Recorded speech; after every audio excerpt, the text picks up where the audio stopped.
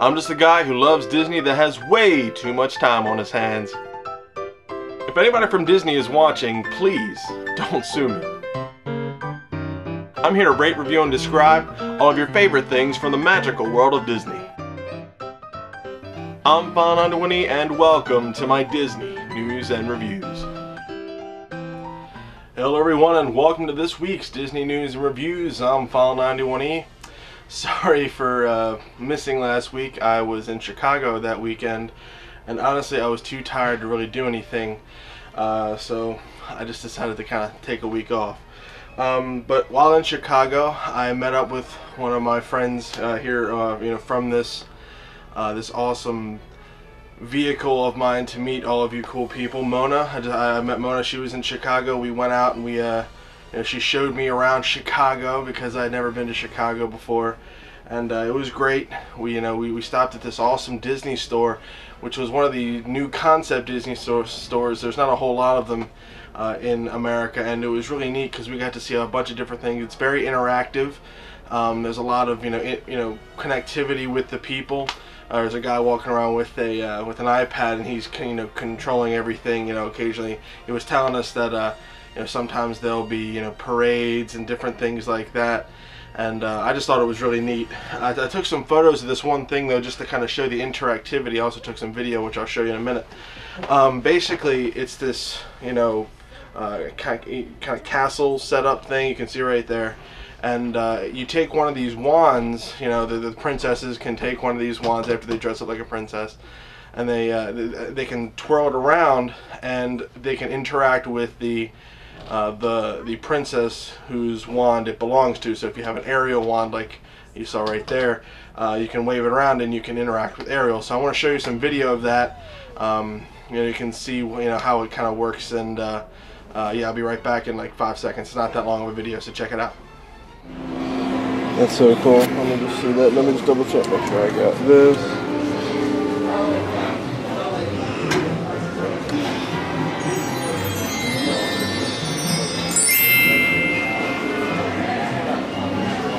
As a mermaid, I spent a lot of time with my friend Flounder. Oh, we had a lot of exciting adventures together. Oh, and if he asks, I really don't think he's a guppy. I think he's really brave.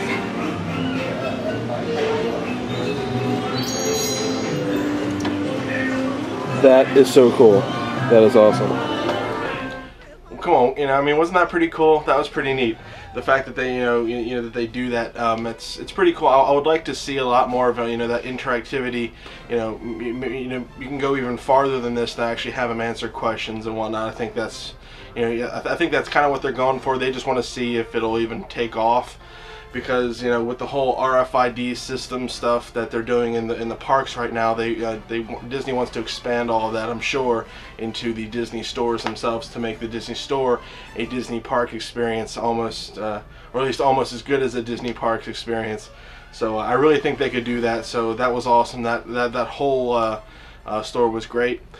We went down, to Michigan Avenue and went to the other Disney store there, and I asked her which, what I should get to commemorate my, coming to Chicago. And she works for the Cubs right now, and she's a huge Cubbies fan. And she said, well, if you're going to get a vinylmation, you might as well get this one. So it's a Chicago Cubs vinylmation. It's very neat. I don't have too many vinylmations. I only have one, so I want to put this right here, right next to my my frozen lemonade vinylmation. So I got the Chicago Cubs vinylmation to commemorate my time in Chicago with my good friend Mona. So thanks again, Mona, for showing me around. You are a terrific friend, an awesome person, and just thanks for being so understanding of the fact that I'd just gotten up at 4 in the morning that day, and I was too tired to really do anything else. But I had a great time with you, and I hope to come back to Chicago soon. We'll hang out some more, and you can show me some more of your beautiful city. It's excellent stuff. So thank you so much again, Mona. You are awesome. I still have the the luggage tag, stuff like that. But that's pretty much what's been going on with me this past few weeks. I haven't really gotten too much, and I haven't really gotten into too much else. But there's a lot of news this week, so I'm continuing with that with the whole what is it called? It's called something. It's called the the viewer request reviews and everything like that. So I want to do that for this week and next week to finish it off, and I'll do another one soon. So yeah. Also, real quick, I'm planning on doing a live stream of something. A lot of you have mentioned. I mentioned this on Twitter. I have a Twitter account. If you can check the description box below, I am on Twitter, so you can friend me on there if you want. But I'm thinking about doing a live streaming thing. I'm not exactly sure what I want to do, but I know I want to do some sort of live streaming thing just to try to, have the interactivity between you guys. A lot of people were thinking that I should do a live Q&A, which would really be cool. I could record it and then post it up here after it's all over. I think that would be kind of neat. So yeah, I'm thinking about doing that, a live Q&A. But if you have any other ideas as far as live streaming goes, just post a little comment right in the description box. I'd love to hear your suggestions. So yeah, anyway, enough about me. Let's get right to the news. Awesome. Alright guys, like I said, tons of news this week, so just bear with me. This may be a longer video, just because I have a lot to say. So anyway, Disney launched a new next-gen mobile app this past week for visitors to the Walt Disney World Resort. My Disney Experience will be available for the iPhone, iPad, and Android, and will ultimately replace the existing Disney Parks mobile app, Mobile Magic, in early 2013. I actually downloaded it. It's pretty cool, so check it out. The app is free on each of the platforms, App Store or Marketplace. The new app includes features that will be part of the next generation FastPass RFID system, along with other enhancements. The existing information available in Mobile Magic, such as the wait times, maps, will continue to be a part of the new app. It is actually very in-depth and very cool. BlackBerry and Windows Phone versions are expected later, and a version for Disneyland will be available in 2013. So just keep that in mind. For a full review, check out wdwmagic.com. They have some really good. They have a good kind of. They show you, a bunch of pictures, like pretty much the same ones I showed you here. So, but it's really neat. It's an awesome experience. So if you have an iPhone or an iPad or an Android, you can download it now for free. Very cool stuff. Smash Mouth, Blues Traveler, Dennis DeYoung and Javier Colon, winner of The Voice, joined this year's Eat to the Beat concert series as part of Epcot's International Food and Wine Festival. For more info on this year's Food and Wine Festival, including a full list of performers, details for the special experiences things, and a full menu item lineup for the marketplace kiosks, full everything, click the appropriate links below. There are 3 links for each of those different things, so check them out. They will tell you everything that you possibly could need to know about this year's Food and Wine Festival. If you're going down during the Food and Wine Festival, I highly recommend that you try that out. I want to review that during October, so so check that out. Disney has confirmed that the 2012 Osborne Family Spectacle of Dancing Lights are to be held this year from November 9th, 2012 to January 4th of 2013. So if you're going down during those times, check out the Osborne Spectacle of Dancing Lights. This comes as no surprise with the previous announcements of the refurbishment to the California Grill, but it is now confirmed that Disney plans to refurbish the entire 14th floor between January and the summer of 2013. Along with a complete refurbishment of the rooms and suites, room corridors, hallways, and the concierge lounge will be renovated. Although the previously announced wellness suites have been scrapped, expect to see some of the same design elements in the new rooms and suites. So they're updating the contemporary. It's going to be awesome. It always is. So just keep an eye out for that. And then if you're going down in the next coming months. And in related contemporary news, our radio frequency ID payment terminals are now in operation throughout Disney's Contemporary Resort. Each register is equipped with a Mickey head logo RFID reader, you can see it right there, along with a regular magnetic card swipe reader. Once the next-gen rollout begins later this year, guests will be able to simply touch their RFID Resort ID to the reader for automatic charging to their room. Again, it charges to your room, not, to your credit card, it's to your room. Guests paying by other means swipe their card through the reader, which is what I'm going to be one of doing. The Contemporary Resort currently has these readers installed in the Contempo Cafe and the gift shop, so keep that in mind. And it is expected that these readers will be installed at every register on the property. So they're going to really test out and roll this out, especially with the whole new RFID thing going. I work at a big hospital here in Baltimore, and we have RFID readers now on our badges. So, you know, that this new technology is getting pretty big. Complimentary park-wide Wi-Fi is now available in the Magic Kingdom. This is pretty big. The Wi-Fi name is Disney Guest for all those going down there, and you know that's called Disney Guest. That's the new Wi-Fi name. It's for free. This follows on from the news reported earlier this week that a new next-gen mobile experience will be debuting again, the My Disney experience. It would appear that Disney has realized that cell-based 3G internet service is insufficient for reliable communications for the next-gen guest experience, and has chosen to implement its own connectivity in the park. So basically they just decided that 3G is too slow and they needed to implement their own Wi-Fi in all the parks to make sure this experience is awesome. The remaining parks, along with Downtown Disney, will be coming online in the next few months. Disney has already completed the rollout of the complimentary internet in all of its hotels, so all the hotels have complimentary internet. And for a hands-on review of the Wi-Fi, click the link below.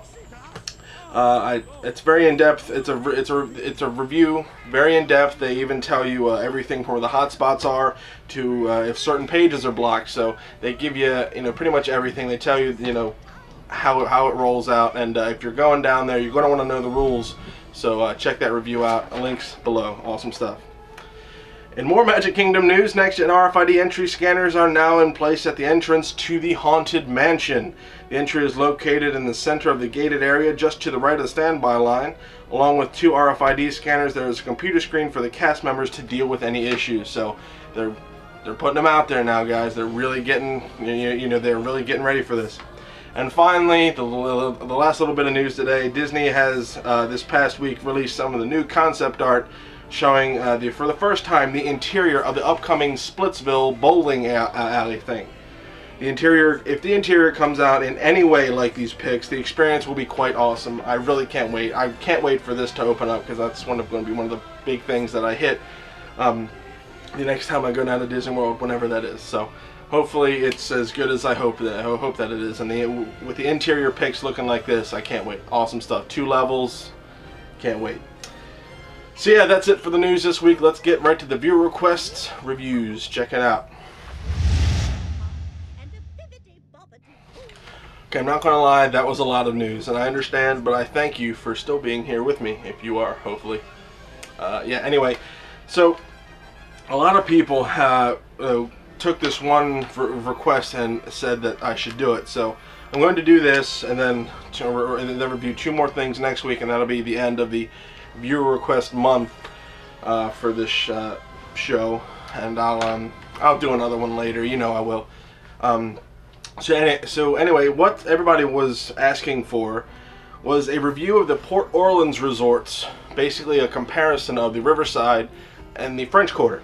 Now, of course, I can't do just that. I got to give you some history, some comparisons and some info on the resort, so that if you're going down, you'll understand exactly what you're getting into with these hotels. Now, I've never been here personally. Okay, personally, I have never been to the Port Orleans resorts.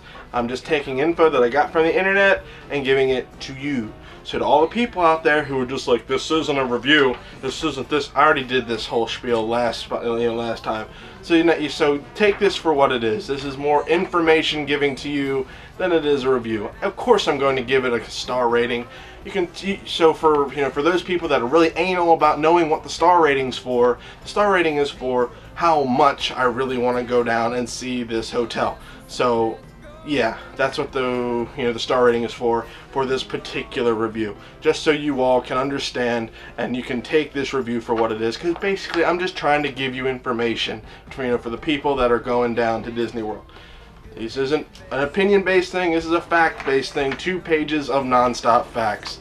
Have fun, enjoy it. If not, move along. Thanks, guys. Now to everybody that's still here, still with me, let's get right on to it. Now this overall is called the Port Orleans Resort. Yes, there are two sections and there are two completely different feels, but it's still just one resort. Now this is located in the downtown Disney area, and the two resorts are connected to each other and downtown Disney via the Sassagoula River. The Sassagoula River is a man-made waterway named after the Native American word for the Mississippi. Basically, they try to recreate the whole Mississippi feel, the Louisiana feel, the Old South, that sort of thing. That's kind of what they're going for with the whole Port Orleans Resort. Now, the resort opened on May 17th of 1991 and originally featured 432 guest rooms in 3 buildings. The room count was soon increased to 1,008 rooms as construction on the remaining 4 buildings was completed. Then, on February 2nd, 1992, Disney's Dixie Landings Resort was first opened to the public, and it featured the rustic-styled Alligator Bayou Lodge buildings and then the more elegant sophistication of the Magnolia Bend Mansion buildings, bringing the total number of guest rooms up to 2,048. Basically, they made it kind of old-style feel. They kind of did like an Old South in the countryside feel. That's what they were going for. And this was completely separate from the from the Port Orleans Resort. However, it was kind of the same. A lot of people got the same feel from it, but and it was right next to one another. So it was kind of interesting to to see when it officially opened up. Now at the Port Orleans Resort, the Bonne Famille's Cafe, the full-service restaurant adjacent to the main lobby, closed its doors for the last time and end of service on August 5th of 2000. Now, Bonne Famille's Cafe was actually named, the reason why I mentioned it was, because it was actually named for Madame Bonfamille from the Aristocats. You might have remembered that name. Excuse me. There was also Boatwright's Dining Hall. The remaining full-service restaurant at Dixie Landings continued to serve both sections of the resort. Now, the reason why that's key is because that one big full-service restaurant was the full-service restaurant for both resorts. So that's the first time that it started the merge. These two resorts started the merge of themselves. And finally, the official merge began on March 1st of 2001 with the changes to the road signage around the two resorts. Now, on April 1st of 2001, basically a month after, the Port Orleans and Dixie Landings officially merged to form one large resort. The reason for the merger has really never been made clear, but a lot of people have said that it was because of the whole racial and slavery undertones of the whole Dixie Landings. You got the plantation sort of thing rocking right there. And unfortunately, that is a part of our history. And if you talk about Old South, you can't help but think and get images of that horrible time in our history.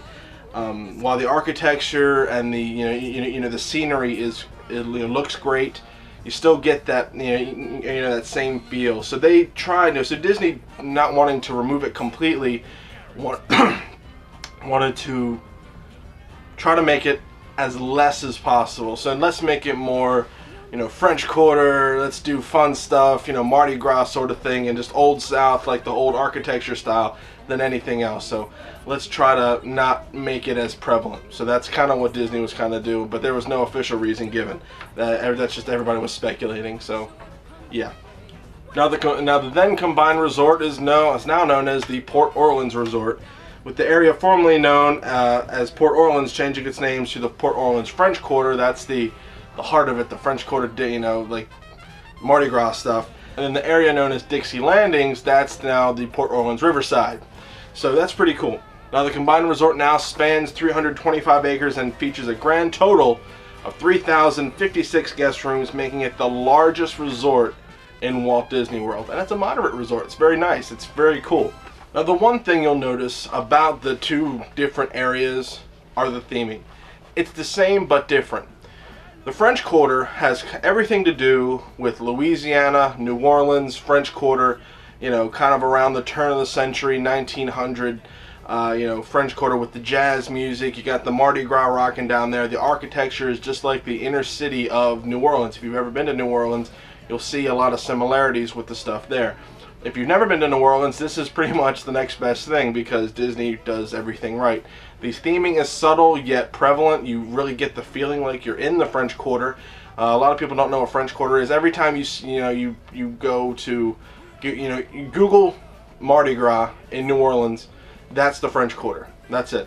In fact, every Mardi Gras, the Disney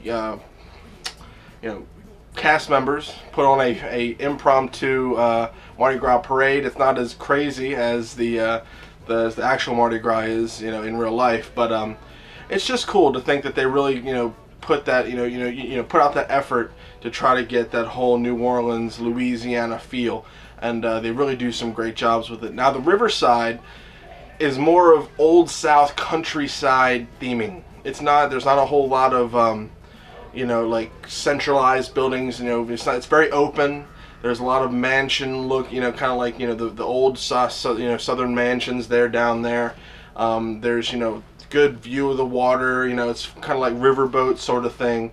Just when you stay there, you want to see sit outside in a rocking chair, drink an iced tea.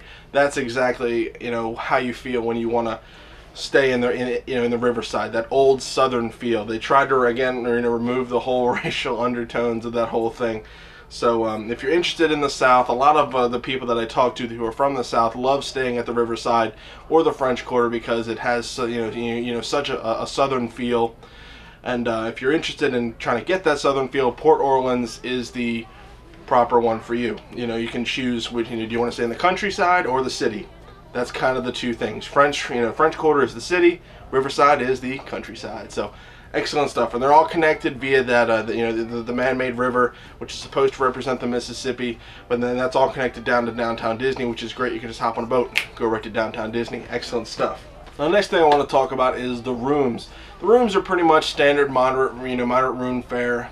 You can get like 2 double beds, and then you got like the TV and the chest right there, just the dresser, and then the bathroom. It's pretty much standard hotel rooms. They're a little bit bigger than the value resorts, and they're themed a little bit more less childlike and more intricately to the hotel that they're appropriately staying at. So there's not a whole lot of gaudy Disney characters and everything like there are with the value resorts, like the Pop Century and all that. But this is more just of a relaxed feel.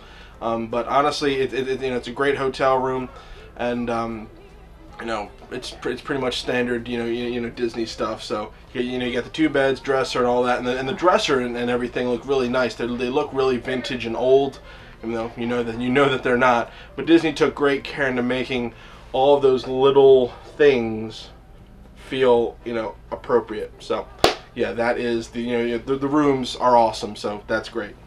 Now, if you're staying in the Port Orleans resorts, they have some different dining options and recreation stuff, so let me get right down to it. You got Boatwright's Dining Hall, which is located in Riverside. It's a full-service 208-seat table restaurant themed to a wooden shipbuilding yard and is adorned with vintage shipbuilding tools. Very cool stuff. Now, right next to it, you got the River Roost. It's a lounge that flanks Boatwright's Dining Hall and features a lively sing-along ragtime piano comedy show and live entertainment on select nights. So that's pretty cool. They got that. If you want that old, that ragtime jazz feel, check that out. It's really good stuff. They got the Riverside Mill Food Court. We're located in Riverside. This obviously, this food court features a working cotton press operated by a 32-foot water wheel, 5 stations including pizza, pasta, hamburgers, just general stuff. Just normal everyday food. It's not like a full-service restaurant. There's also Muddy Rivers, which is also located in Riverside. It's a pool bar located on Old Man Island that sells alcoholic and non-alcoholic drinks. Very nice. Then you got the Sassagola Floatworks and Food Factory, finally located in the French Quarter. That's in this section. It's like the main food court. It has a lot of stuff. It has pizza and pasta, hamburgers, and all the general stuff. You got the Mardi Gras, which is located in French Quarter. It's by the main pool. It's a pool bar that sells beverages and quick snacks, easy stuff. Then you got Scat Cat's Club, now obviously named after Scat Cat from the Aristocats. It's the French Quarter's lobby lounge that features live jazz entertainment on select nights. So it's really awesome. Now, for those outside of the U.S., jazz is big here in America. It's the most American form of music that it's the form of music that Americans can say is ours, even though most Americans might not like it nowadays because they think it's old-timey. Back in the day, that was huge, and it was especially prevalent because it was born in Louisiana, in New Orleans, especially in the French Quarter. So you're going to hear a lot of ragtime, a lot of jazz, a lot of good stuff. I love jazz personally. It's one of my favorite forms of music, and it's a really great place. It's really great feeling, and it's prevalent throughout all of the all the places in the Port Orleans Resort. So check that out. If you might notice that it's everywhere in that resort. So it's awesome. And yes, kids, I do know that because I walked around a little bit through Port Orleans Resort. So shut your face. Now, as for recreation, there's a lot of pools in the Port Orleans Resort. In Riverside, they have a recreation area called Old Man Island, featuring a 1,500 gallon swimming pool. You got a couple smaller swimming pools located in Port Orleans Riverside. And then also in the French Quarter, they have the Doubloon Lagoon, a 2,500 gallon swimming pool. So that's pretty really cool. Both regions have cashless video games, and you can play, and it's just general stuff.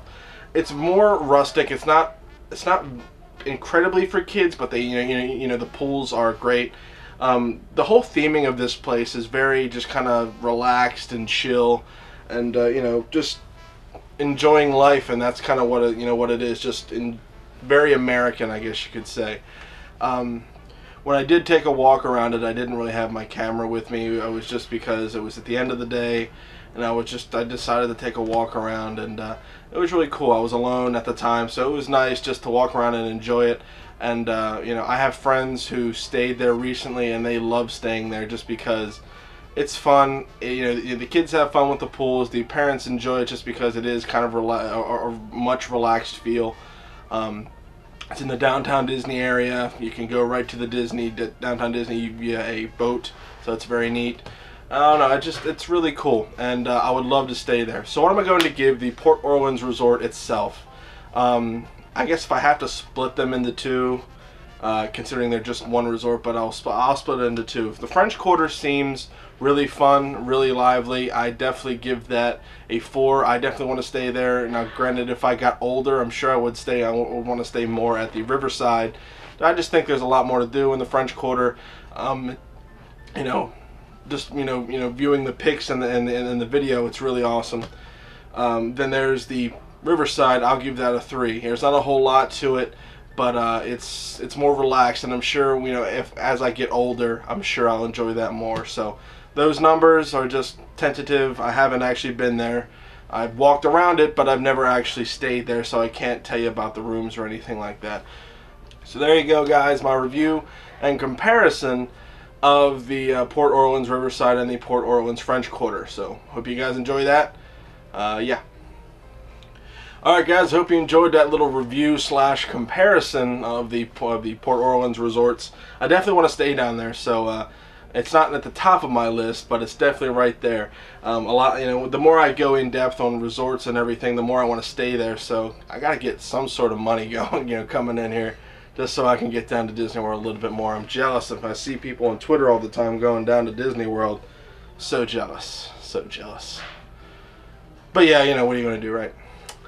So yeah, if anybody from Disney is watching, please don't sue me. I really want people to go down and enjoy the Port Orleans Resort, or enjoy the new RFID stuff that's going down there. Just go down to Disney World and experience it and have fun. Yeah, you might be an adult, but I'm telling you, you can still have fun down there. Even if you don't have a kid, you can still have fun. Trust me, there's a lot of cool stuff going on. So yeah, if you are going down to Disney World, go to allears.net, touringplans.com, www.magic.com for our latest and greatest Disney news. WaltDisneyWorld.com is good too, straight from the horse's mouth stuff. I'm telling you, go to those websites. I can't understand how many times I've told people just to go to those websites, especially if you're going down. They really help a lot. And so yeah, I'll see you guys next week for another Disney news and reviews, another viewer request episode. I hope this video wasn't too long for you. And I hope you haven't fallen asleep or anything like that. So yeah, thanks to Mona for the awesome, showing me around Chicago. You're just so awesome, and I'm so happy that you're as cool as I thought you were. And yeah, so thanks to everybody that has subscribed now. Past 900 subscribers. That's pretty big for me. And I don't know, I'm loving it. So I'll see you guys next week for another Disney news and reviews. You guys are awesome. Bye now.